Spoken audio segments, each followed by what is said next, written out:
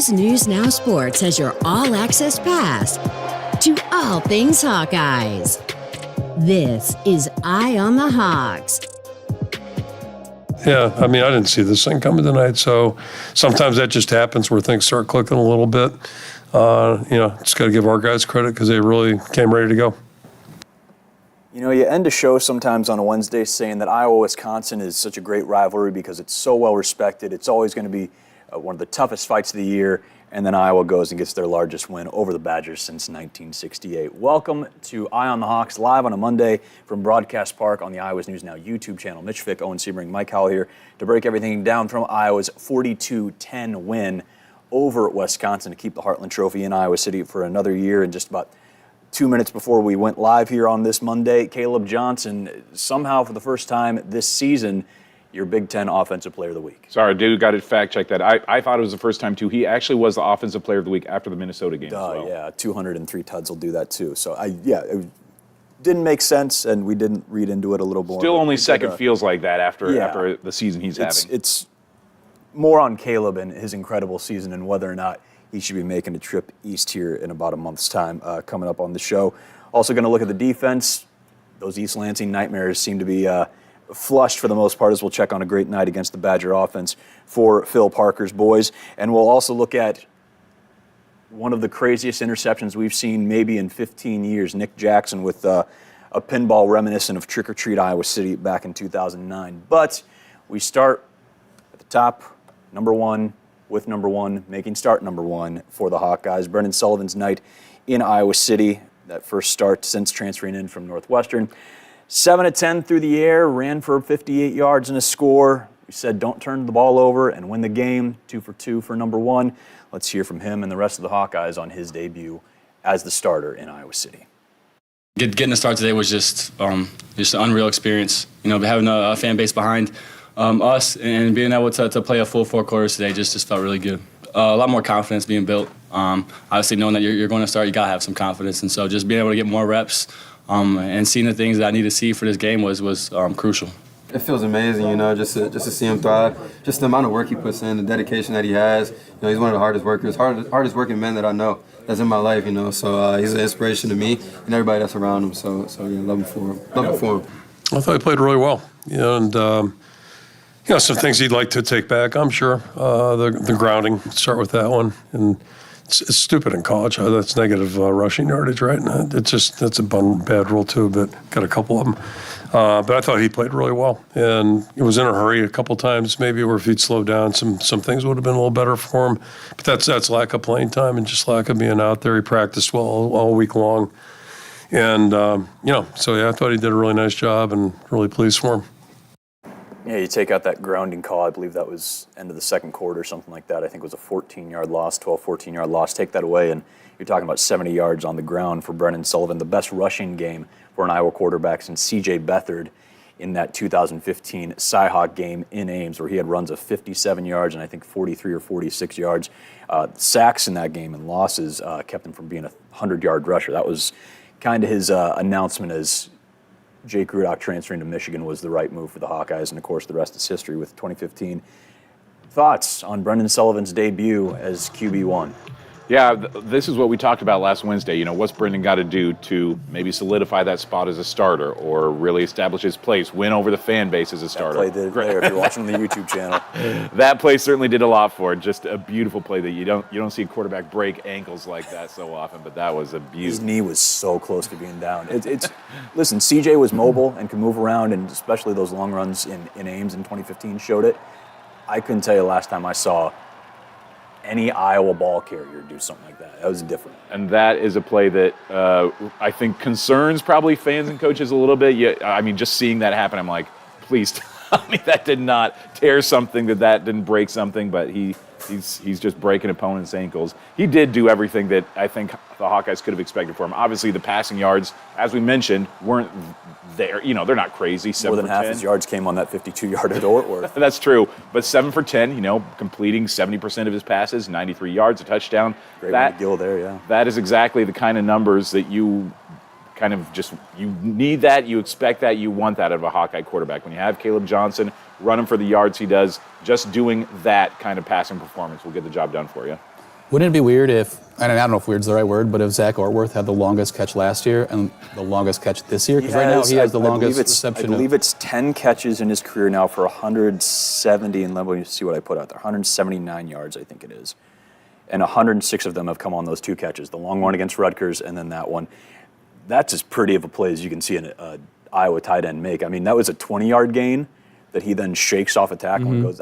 We talked about him with Abdul Hodge back at the beginning of the season. He was one of the first position coaches we had that Wednesday Zoom interview with. And he said then, we look at Zach as a 1. And, very similar situation as we had last year going in this game where Iowa's down its usual starting quarterback and its top 2 tight ends in Lachey and Ostrenga last year, obviously, it was Lachey and Eric All, who might have done a knee yesterday. And thinking of Eric and his time in Cincinnati. Yeah, just got announced today he tore his ACL, so he's out for the rest of the year. Yeah, so it's tough Can't for catch him. a break. But again, the fact that Iowa's backup tight ends have that extra year experience. Ortworth was in there last year because of all the injuries, and boy, he was able to step into the starting job on Saturday and was the leading receiver, 3 catches, 66 yards, and none better and more impressive than that one there. I'm getting straight off the topic, though, but I don't know if you guys watched the broadcast. Todd Blackledge said that Ortworth, the coaching staff, thinks he can be the next, They love Iowa tight end that, Lachey, Hawkinson, one of those guys. Laporta. Had a big game yesterday, I believe. Trying to forget that. I'm a Packer fan. Anyway, Sullivan made a few good throws. And when you run for 330 yards, you don't have to make that many throws. But I saw some he made some great throws. He made a boneheaded play, but, if that ball on the grounding gets to the line of scrimmage, then it's a good play. One of the plays that I thought encapsulates why, he needs to take all the rest of the reps unless something major changes is 10 minutes left in the second quarter. They had the ball. It was 2nd and 9 or 2nd and 10 or whatever it was. And the play's just not there. He scrambles out, gets 9 yards. If Cade's in there, he's less mobile, it's 3rd and 10. And then I believe we went on to score that drive. Maybe not. But anyway, just that playmaking ability is what you need, especially when your passing game, needs some work. So that's the kind of thing that you need at that quarterback spot. And it helps the rushing game. You see it. A lot of the plays in NBC showed on the replay, there was one defensive end linebacker making sure Sullivan didn't pull it, and then it opened a hole later for KJ to break one, Yeah, I know that's what, you never want these conversations to turn into a anti-Cade conversation or anything, but that's the conversation a lot of Hawkeye fans, it seems like, are having right now is Brendan's got to be our guy, even if, hopefully Cade's getting healthy, concussion, gets back from that, but Brendan's got to be the starter from. I just think he fits that offense better. Yeah. And maybe if there were more, 4 years ago, if you have a Brandon Smith and Amir Smith-Marset, bigger targets, maybe a passing quarterback like that would work better. But I just think an athletic quarterback just fits this offense better.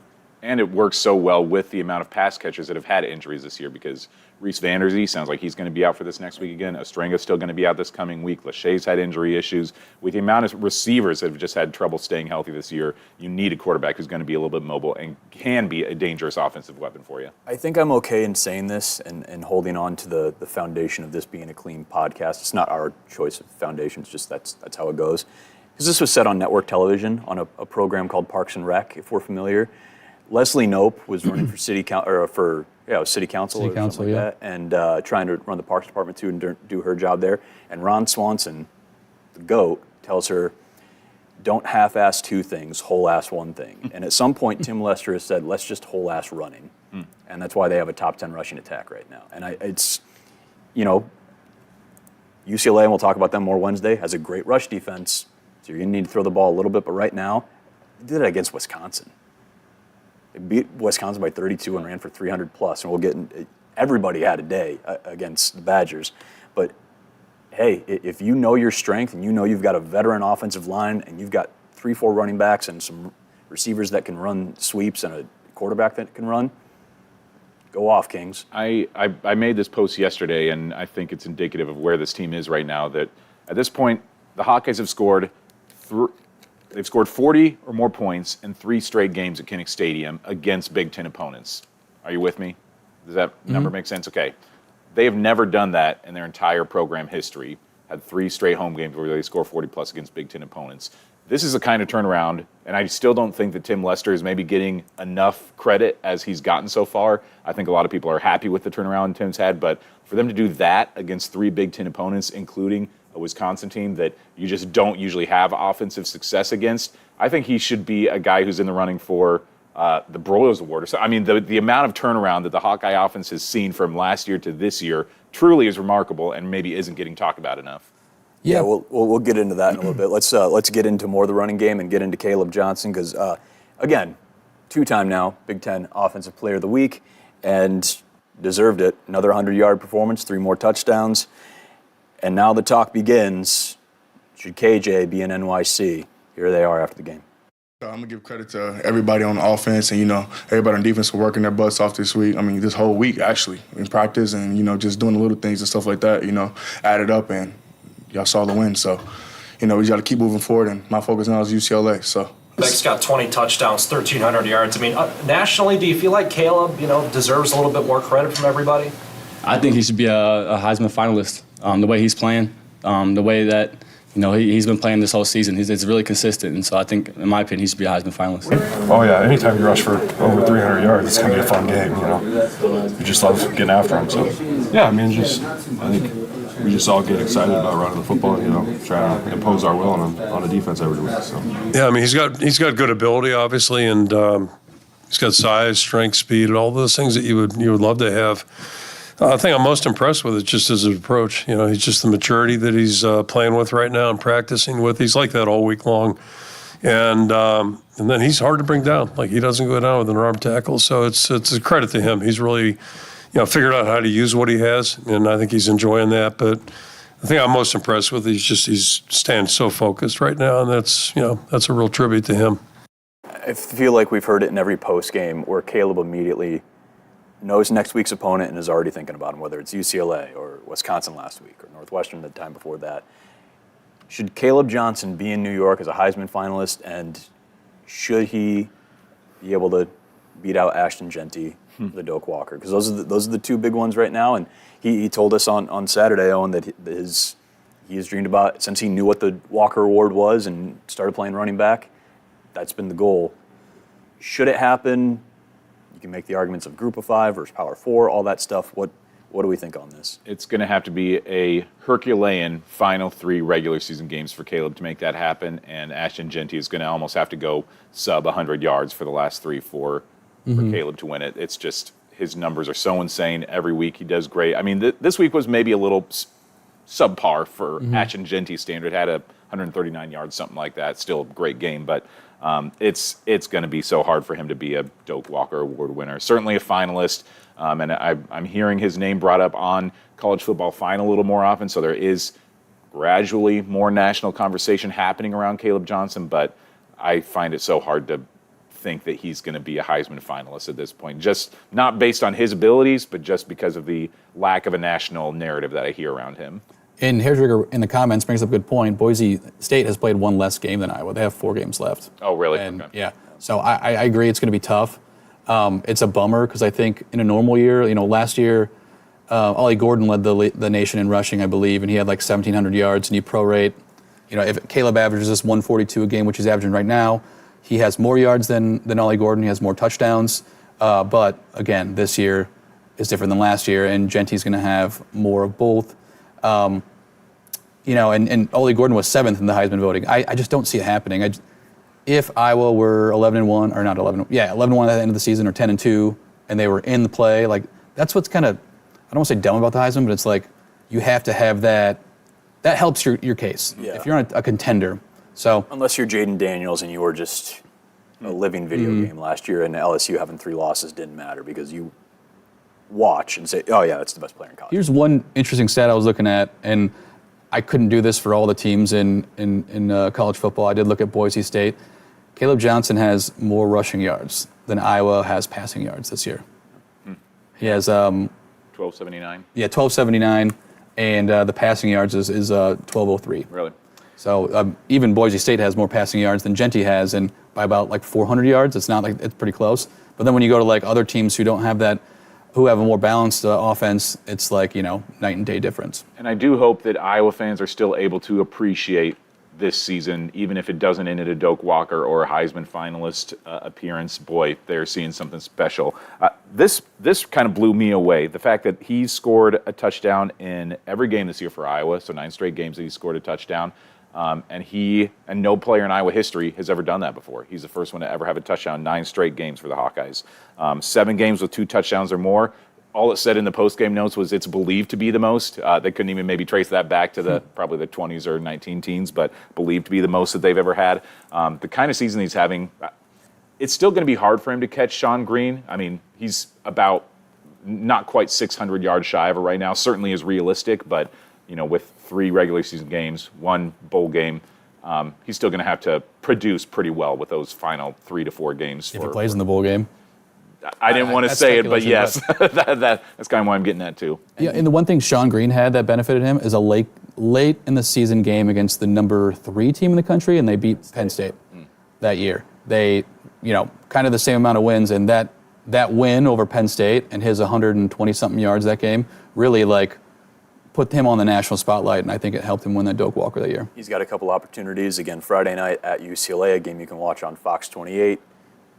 See what the audience is for that. And then, of course, Black Friday at home against Nebraska could be his swan song in Kinnick Stadium. Again, we don't want to talk about that, but it is what it is. Iowa also now 2,001 rushing yards this season. They're over 2,000, 7th in yards across the Wasn't that a I was preseason going prediction? to give Mitch some credit for that. That was his bold prediction to start the season, 2,000 as a team. Again, and we won't get into the rest of the preseason predictions because, not everything comes true. But again, Ty has now tied Sean Green with 20 total touchdowns, 19 rushing, 1 receiving, and has tied Green and Nate Kading for the most points in a single season in Iowa football history. But let's talk about not just Kaleb and what he's doing in the rushing attack, but the rushing game in general. 54 carries against the Badgers, 329 yards, 6.1 yards a pop. And I think you pointed this out Saturday night, Owen. 30 yards was the longest run. That was Kamari Moulton. So they're just doing this in chunks and chunks and chunks. I'm going to have, for the YouTube audience, have Mike bring up some stats here. Owen brought up Tim Lester and maybe a dark horse Broyles candidate, even though typically you're looking for the names at the top of those offensive category lists. But here, look at this, and we'll revisit 2023. I think a lot of these numbers are already burned in people's minds. In 2023, Iowa's rushing attack averaged just under 116 yards a game. That was 109th in the country. 15.4 points per game was 132nd, second to last in the country. 3.96 yards per play, dead last in the country, about 0.4 of a yard behind the team in 132nd. Through 9 games in 2024, Iowa is averaging 222.3 yards per game on the ground. That is 10th in the country, more than 100 yards better than last year. 30.8 points per game, 45th in the nation. They've literally doubled their points per game through 9 games. Yards per play at 5.87. That is tied for 67th, right in the halfway point of the 134 now FBS teams. Folks heard Tim Lester over the summer say things like, I want to cut some of our offensive rankings in half. And I remember us talking in the spring of, hey, if you can get the total offense from 133 to 100, that'd be great. Getting somewhere. Tim Lester should be a Broyles candidate. This is the folks who were so mad that the guy who got breakfast at the hotel across from Kinnick didn't end up as the OC. I don't know if anybody even remembers the name Kevin Johns, but the people were so upset that Tim Lester got hired. Man, he has been terrific. It's scheme, it's getting those different players in there, but for having Brendan as a backup has changed things certainly and add another wrinkle. But a lot of these are the same guys in 23, and it is incredible to see those numbers so starkly say what a difference a year makes. And any naysayers might say, well, it's just because Kaleb Johnson's having a great year. Hey, Kaleb Johnson was on the team roster last year. LaShawn Williams was on the team last year. I mean, it's offensively, it's not all that different of a roster than what they had last season. And so he's still doing it. He's taken a lot of those same pieces, and he's made hay with it. I mean, right now they rank 4th in the Big Ten in points per game. Who thought that would happen?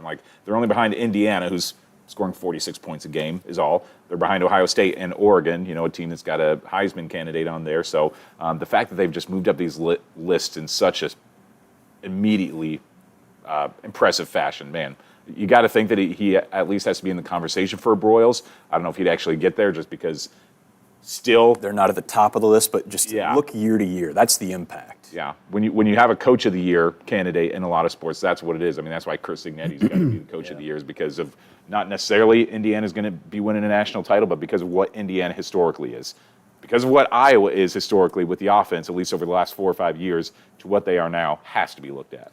Let me throw one more stat in there offensively that I wrote down that I thought is, I don't want to say I got a couple after you too, yeah. more important, but it may be just as important. I think we might have the same one. The third down percentage? Yep. Yeah, 31st in they're 31st in the country right now, at completing a 45% clip. Last year they were 129th. Wow. 20. What did I write down? 29. 29.4, and in 2022 they were like 27 point something. So that just shows you that, I think the play calling is better, and I don't want to, just so we're not too much of a homer podcast right now. Obviously he does a great job, but let's look at how bad it was to start with if they have the same players, and he moves this offense up. And I think a lot of it has to do with the offensive line, just gelling that one extra year. You lose Rusty Feth and that's it. Yeah. And so I think that a lot of that has to do with the offensive line playing the way it does. Obviously, the quarterback play is another huge marker because, let's be honest, Deacon Hill was just not a Division I FBS quarterback. And Cade, even when, he's not playing at the heights of what we think he could play, is better, like 10 times better than what Deacon had. And then I think Sullivan in this offense is better than both of those guys. So I do think those are two really important aspects that were not the same last year that are different this year. One of the stats that jumped out at me from Saturday that, there were a lot of mind-blowing stats for what they did against Wisconsin. 329 rushing yards as a team, their most in any game since 2002. Yeah. That's remarkable for them to do that, not just against a Big Ten opponent, but to do it against Wisconsin. Just every single night, it seems like these last couple of weeks, there's something remarkable that this offense is doing. The other stat I was going to bring up is Iowa's red zone touchdown conversions. 2023, 40% of their red zone trips ended in touchdowns. That was 132nd, second to last in the country. This year, 70%, that is 25th.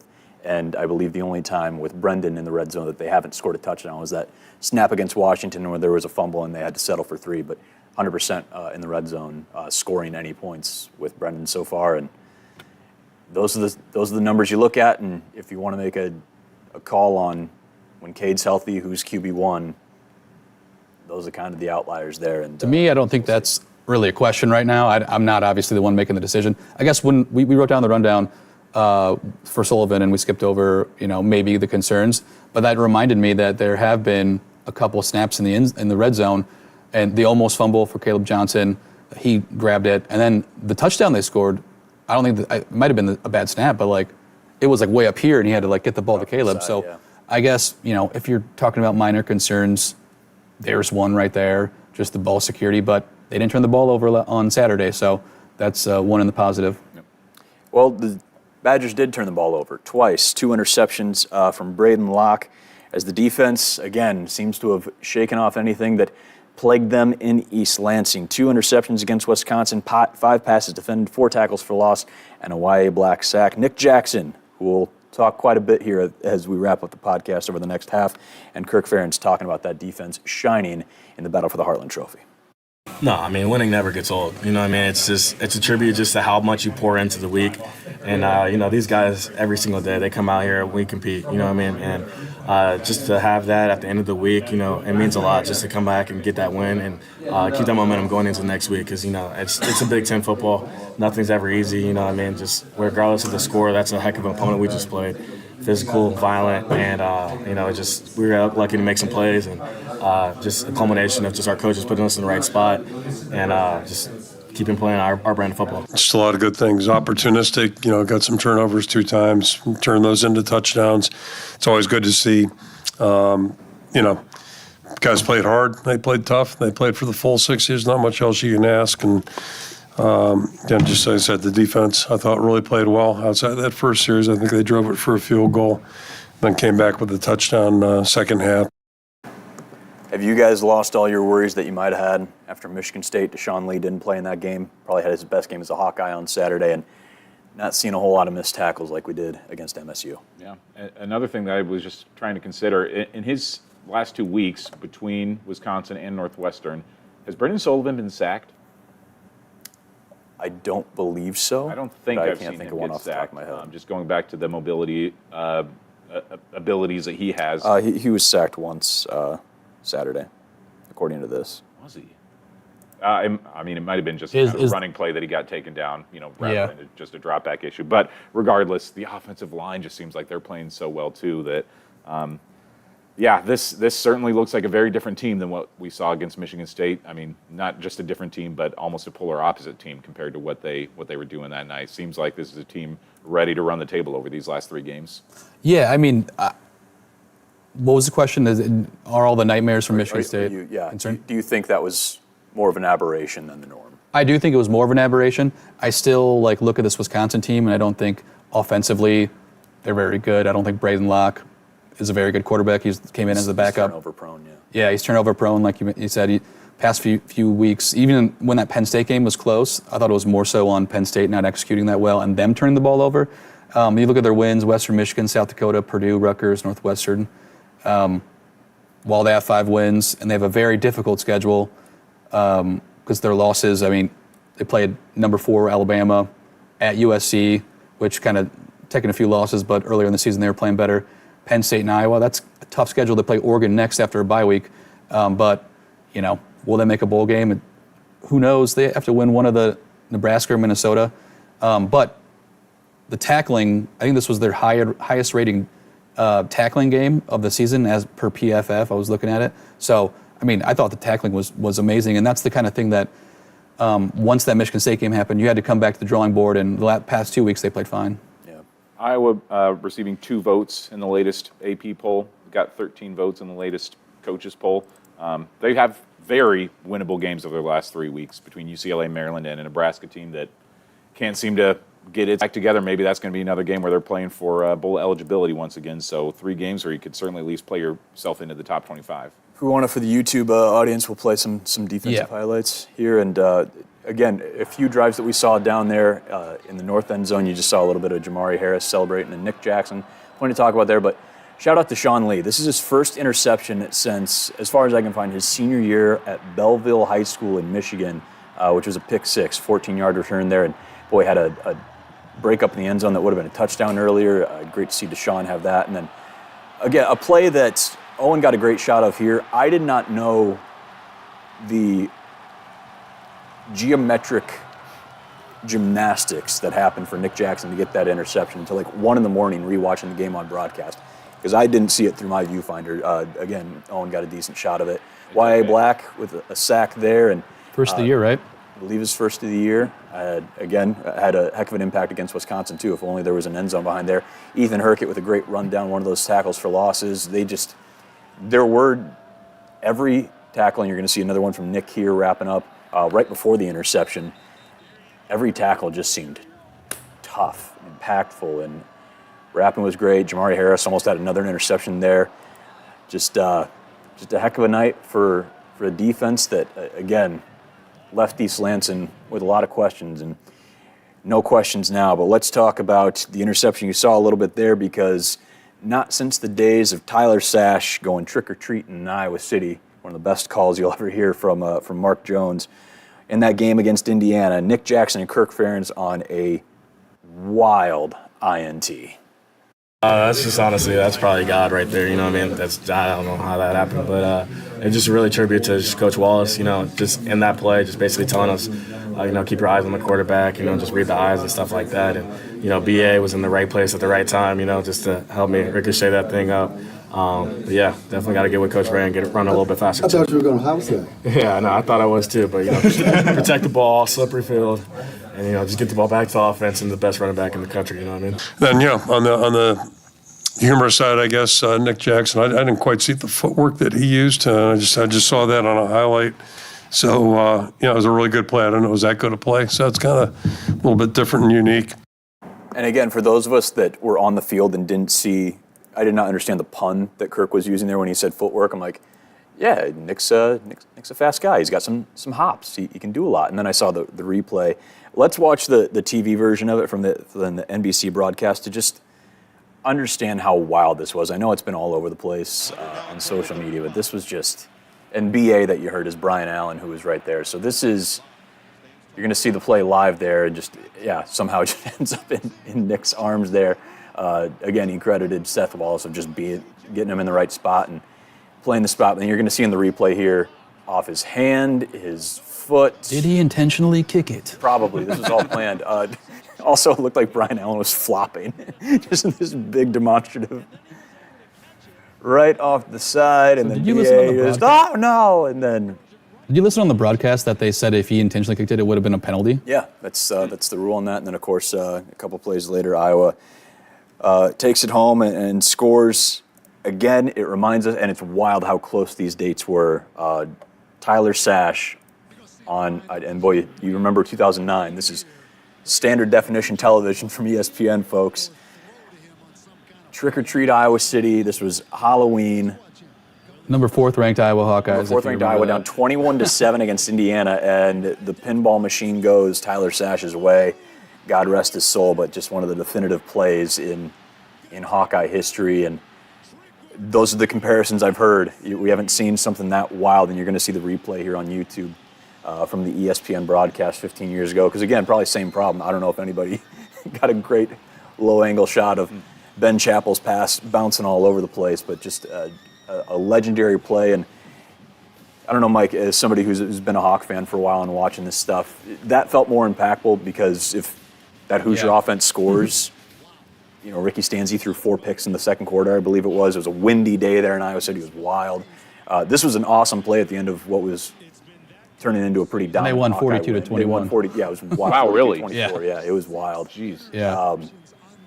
But just a fun comparison. What did you think watching that game live or whenever you watched it? And Owen, what did you think of your angle when you saw it? Did you realize what had happened? Certainly not. I mean, that's why I say that okay, let me watch this because this is a new one for me too. So did that bounce off of like 2 IU players to get there? I think that everybody's kind of close together there because they're around the quarterback, whereas Nick Jackson is not that close to Brian Allen. It's kind of, it's a forward pass, so it's in space. That never crossed the line of scrimmage. It's just wild, the geometrics there. I don't think anybody on the sideline had any clue what happened in that play. And I forget who was that mentioned it to me later. Like, it was after the game. Somebody was like, like somebody kicked that, and then it went off of somebody's face. I think it was maybe David Eichholt that said to me, like, yeah, that went off of Brian Allen's face mask. I'm like, it did? And it's 2 weeks in a row that Nick Jackson has been involved in a very strange interception. Remember, he had that's true. Knockdown that Jay Higgins just, look what's here, and then, just wild. So I had to look at my own footage of it later. Did I actually see that happen? And you could barely kind of see it in my viewfinder. You kind of saw it go off of the face and stuff. But, yeah, again, nobody had any clue that happened until after the fact when we got a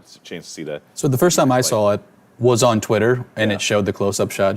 For full disclosure, I was in a wedding on Saturday, and I watched the first quarter. Once they went up 14-3, I was lost in the sauce, as the kids say, and I turned off my phone and just... That's responsible. Had some fun with Rod and Aaron, who got married. So shout out to them. Wanted to give them a shout out. He's probably not watching, but when I saw it, that's immediately what I first thought was like, wow, it's kind of like the Sash one. And then I was like, can you kick the ball? And I was like, oh, whatever. But apparently the rules analyst said on the broadcast that if he did intentionally kick it, it was a swing rather than like it would have been a 10-yard penalty. And then Todd Blackledge was like, don't give me that crap. That was a bit. Basically. Is it like a delay game, or what's the penalty? Illegal kicking, I think. Or I think it's something like. Because if you kick the ball intentionally on a fumble, like that's where I think the rule is meant for. Like if the ball is on the ground and you're not going to get it and someone's diving, you kick it. I think that's the rule. I'm not sure what the other. There's been an instance or two, I feel like, in fairly recent history where that's been called, and I'm thinking there was maybe something in the NFL not too long ago, something like that. Can you imagine if they took Nick Jackson's interception away again? Even though the game was in hand at that point, I feel like Iowa fans would riot for a kid who didn't. I mean, maybe you saw Chad Leistikow. Yeah, I was just about to bring that up. Yeah, hasn't had an interception since Pee Wee football.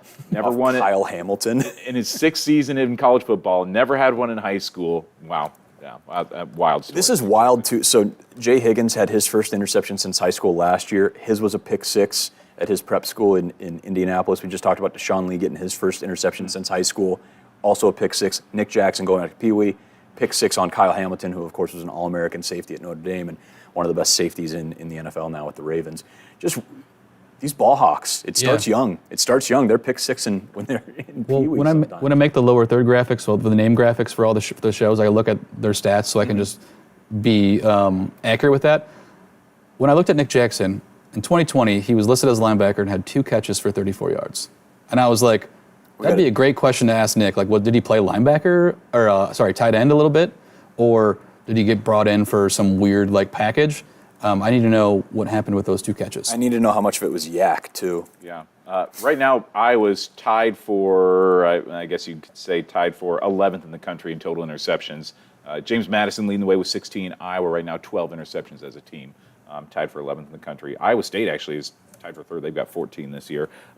One thing that kind of, again, got lost in the shuffle, and I'd be curious to hear the input from maybe you guys who watched on the TV broadcast, was the penalties on Iowa's first drive, because Kirk mentioned in the postgame that they had an ugly first quarter in terms of penalties, and then I don't think they had a single one in the second half. But what was going on with the delay of game penalties? The delay of game, the first one, I was talking to one of the Hawkeye football video crew guys about it too, and then watched it.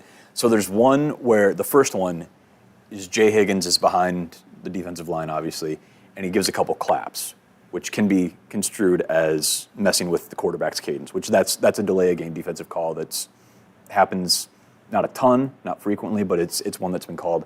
And I think I was told the second one was on YA, that there was a yell or something like that. But that was, again, you don't see a lot of games where one false start, or delay a game is called on the defense, let alone back-to-back plays. And that was just, very herky-jerky start to that first quarter. Again, 2 of the least penalized teams. I think the top 2 least penalized teams in the entire country, and just a strange start to it that, again, everyone moved past and got over. But we learned a lot about defensive delay a game on Saturday. Well, they never really clarified the last one, because on the broadcast they were talking about it.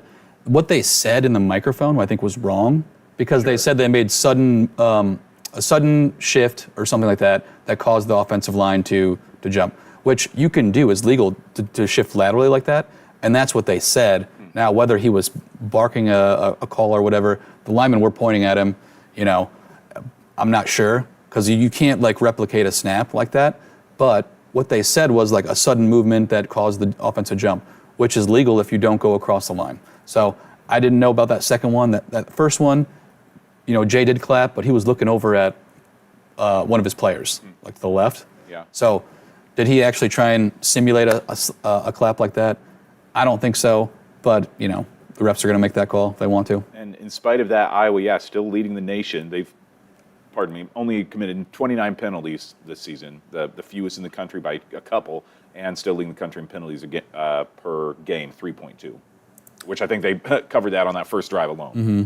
Nick Jackson caught a pass on a fake punt for 26 yards in 2020 against NC State. So pardon me while I spend the rest of my afternoon watching NC State Virginia highlights from 2020. That's wild. That's okay. That makes more sense than put him in for 2 snaps at tight end.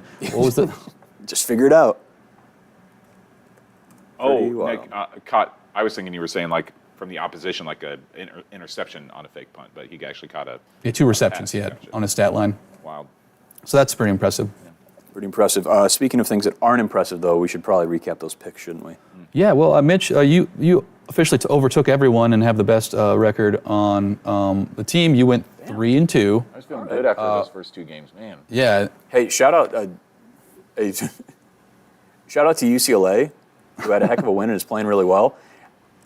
Not the team you want to go hit the road and play in a few days, but just go down the line. Foster doing well. For the podcast listeners, Ohio State versus Penn State. Ohio State was a 3.5-point favorite. Owen was the only one that got that right. He picked Ohio State. And then I missed the next one. I picked Illinois to win, to cover that 2.5-point spread. Vegas did know, and Minnesota beat them, and Mitch and Owen got that right. Mitch and I got Oregon right. Okay, that was meaningless touchdown. 25 seconds left was the only reason. Welcome to the horrific world of playing spreads. I told you on Saturday that happened to me. Oregon, Michigan State. Michigan State had within the last minute scored and covered out in Eugene. So It happens to all of us, Owen. It happens now, to all of us. Mitch is the leader on the year with a 21-24 record, getting closer to 500. Wow. A few more winning Getting weeks, closer you'll to get there. 500. I got 20-25, and then Owen is in last with 18 of 27, or 18 and 27, I should say. I will say I'm still maybe thinking of last year's Iowa team because I keep picking the opponent to keep it closer than what it has been the last few weeks, and so maybe that's where I've got to start turning things around and stop thinking of this as a Big Ten West team. And if anyone wants any, I don't want to say betting advice, but I was 8-1, I believe, on the overs this year, which is insane because the unders were it was like flip-flop from last year. Tim Lester effect. I know, right? And those points, it always seems like it could be close early though, right? It was 14-3 at halftime, and then Iowa's offense just kind of opens up, and once you start rolling and get those interceptions and turn those into points, that really helps those spreads. So 52 total points. We'll look that up and talk about it Wednesday of just how much of Iowa's scoring is coming in the second half, because I'm going to venture a guess it's a lot of it. Does that have any concern for you guys? I mean, like, looking down, I think, like you said, Owen, earlier, the schedule is a little manageable. So the bowl game, I think, who knows about Nebraska, right? But the bowl game is probably the next time. Let's get through UCLA first. We're not on a team. We can speculate, right? Let's get through UCLA first. That's going to be a very interesting trip that we'll dive into more. I'm frantically looking through this North Carolina State Virginia game, trying to find this fake punt. We'll try to get that for you Wednesday too. Final thoughts. What are we hoping to hear from Kirk and company on Tuesday as we go down? One kind of interesting note before I get to what we're looking for next, an interesting note that came in again in the post-game notes, which I always love looking through. Biggest win since blah blah blah. The biggest game by Kaleb since such and such. This was the 700th win for the Iowa football team in the history of the program. They're the 35th program in the country to reach the 700-win plateau. So hats off to the Hawkeyes, getting to win number 700. In terms of what we're looking at next week, I think I'd like to hear how Kirk feels about, they have 3 games left in 3 different time zones, how he feels about going back-to-back weeks, not back-to-back weeks, but back-to-back games on different coasts. If he likes having 2 Friday games late in the year, it's kind of weird having 2 November Friday games. Just a very unconventional final 4 weeks / 3 games of the regular season coming up. So, just kind of talking about that. We know that UCLA was not playing great football early in the year, but right now UCLA still, I think, would have a chance to get to bowl eligibility. I think they've got 3 wins right now and would need to probably win out. I don't know if they've got 3 or 4 games left, but they've all of a sudden, Deshaun Foster and the boys have something to play for out in UCLA. Yeah, I think like you said, it's a tricky 2-game stretch. I know there's a bye week in between the 2, but I think a lot of people are looking at this UCLA game like an automatic win, and you could just look at our neighbors to the west and just say you cannot do that. 2 wins in a row. They have 4 games left, so they could get to, if they won out, they could get to 7 wins. Yeah. So they could. Yeah. What I want to hear, I definitely want to see, I'm kind of cautiously optimistic that Brendan's the quarterback moving forward, but if Cade is cleared this week, that's just always the interesting thing on the top of line, headline news. Yeah. I guess. You will, I'll say this for UCLA, and I'm sure, we'll dive deeper into them on Wednesday, but just looking at their schedule, boy, they started the year 1-5, but here are their 5 losses. Indiana, number 16 LSU, number 8 Oregon, number 7 Penn State, and then they lost to Minnesota. But certainly a lot better team than probably what their record indicates, and even they were probably looking at the back half knowing like, hey, we've got a pretty big grind here in the first half of the season. Not that they probably knew at the time Indiana would be a grind, but they'd probably been looking at this as a chance to really start turning things up. I think this is also a time of year, and asked Kirk last Tuesday about just November football and what it takes to play well and things like that. And he pointed out going into last weekend, you had a lot of 5-3 teams, you had a lot of 4-4 teams, a couple 3-5 teams, and you understand as you get into November, UCLA, some tough losses. That Minnesota team is a missed field goal against UNC in the opener, away from a win there, and that offsides call on the kickoff in Ann Arbor against Michigan from having a shot. Gophers could be 8-1 with their lone loss to Iowa. These are the type of reminders that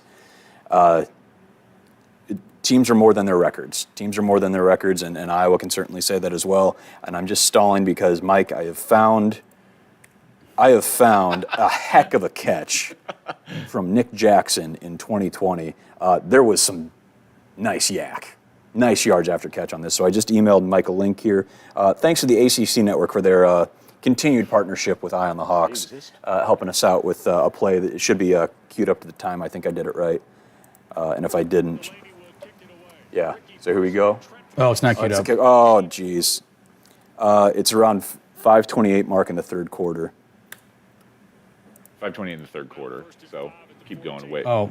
Yeah. Okay, back. Okay, we're close.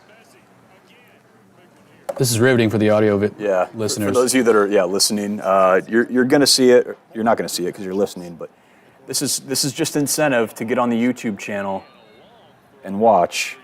We got some good stuff. Is this another punt return or a fake punt? It's a fake punt. Maybe after this one.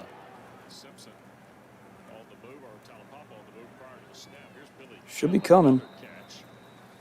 It said 5:28 in the third. That's what it said. That's the time code in the box score. I don't know where it is now. Oh. Boy, this is Wait, is this it? Oh. Yeah. So there's Nick Jackson. What a jump pass that was. And look at those. Look at Nick J. Hoops with the ups. So there you go. Thanks for sticking. Boy, was that worth a wait. Thanks for sticking for the audio version of Eye on the Hawks. Again, this is why you want to watch on the YouTube channel. I don't care if you're not free at 1 o'clock on a Monday or Wednesday. We got visuals, some of which we take from the ACC network to share with you a little bit. But Inside Baseball here, we aired it within the context of the YouTube page, so it's all right. We can use that for a little bit. Hopefully YouTube agrees with that. Hopefully. Don't dock us. All right. Just in the last minute, no Caden McNamara or Luke Lachey on the depth chart ahead of UCLA. So Jackson Stratton, the walk-on transfer from Colorado State, still QB2. Kyler Girardi was QB3, the emergency guy. Both him and Jackson were 19, so we'll see if that becomes a thing, trademark. So we'll see what happens there.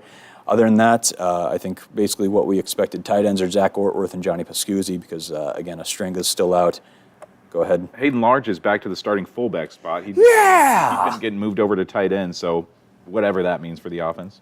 All right, there you go. So, yeah, Deshaun Lee, you're starting right corner. We expected that. So there you go. We'll see what Luke's status is and get updates on Cade tomorrow, and then we will circle back and talk to you Wednesday on Eye on the Hawks as Iowa gets ready for that West Coast trip to Los Angeles to take on the UCLA Bruins. Friday night kickoff, you can watch that on Fox 28. We'll check in with you Wednesday again on Eye on the Hawks.